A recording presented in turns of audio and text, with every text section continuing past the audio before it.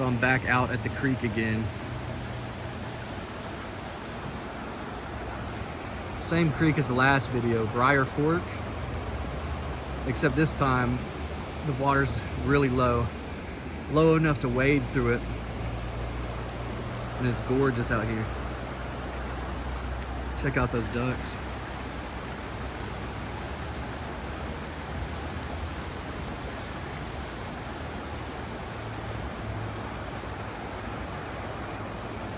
Gonna explore around, see if I can find any turtles, any snakes. The thing I was talking about in my last video is that I think this was a bridge that crossed this river, and then it somehow got knocked down, and now all these rocks are strewn out across the creek. And then up above there a little bit, it created like a little pool that I want to try and get to and to explore. Last time I was here, I wouldn't be able to get on these rocks because the rapids were so fast. Now it's probably a little bit more navigable. Is that the word? Yeah. And the pool that this bridge created is like right over there. I'm gonna try and check it out.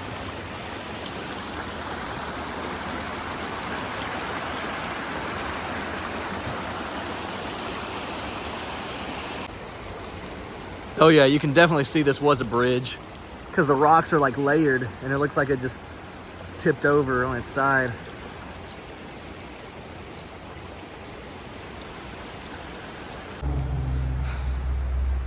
All right, here's the other view of that bridge right there. And then I came up like right here all the way. But it gets pretty deep right here. Kind of hard to navigate that. All right, further up the creek, there's a little gradient here. I think that's what it's called, a gradient. And then it gets pretty shallow up there. I think it was deeper down there because of the rocks that had fallen over and created like a little pool area. This is like the perfect spot right here. It looks like it's really shallow and doesn't even go past your knees, and the water is super clear. Clear enough to see the bottom and any critters that might be hiding in there. And it's extremely wide for a shallow creek. The creek is so wide, it's hard to look everywhere for turtles. I'm bound to miss some. Really wide and super shallow. See, there's my feet. Probably comes up to my knees. That's probably the deepest it'll go for a while. Yeah, it's just so wide, it's hard to look at everything. It's a really nice spot.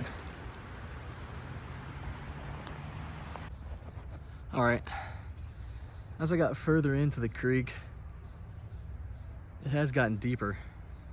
Probably a little bit up to my waist.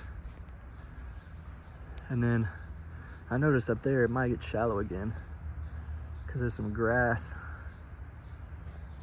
or something, maybe a little island in the creek. All right, it looks like this is as far as I'm gonna be able to go wading wise. If I had a kayak, I'd probably be able to make that, but it's coming up past almost to my belly button. I'm gonna probably head back and then go a little bit further downstream past the bridge. All right, I'm back in the same spot as the last video at the very end where the Brier Fork joins up with the Flint River, which is right there. And this time it's calm enough, I'm gonna try and walk down there and see if I can get some footage of the confluence. All right, I'm basically at the confluence of Brier Fork and Flint River. It's a nice little rocky outcrop right here, so I can Try and get some cool footage of it.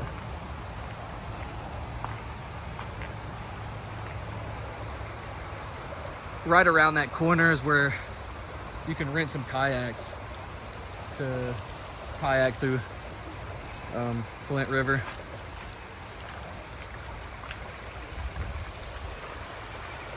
Looks like it might rain in a second.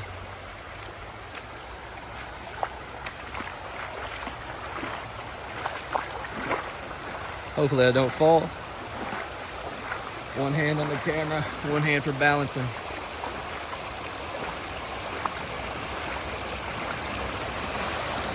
Yep, there's some kayakers down there.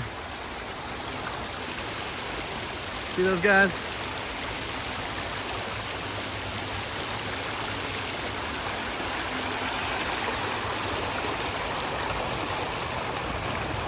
Really cool.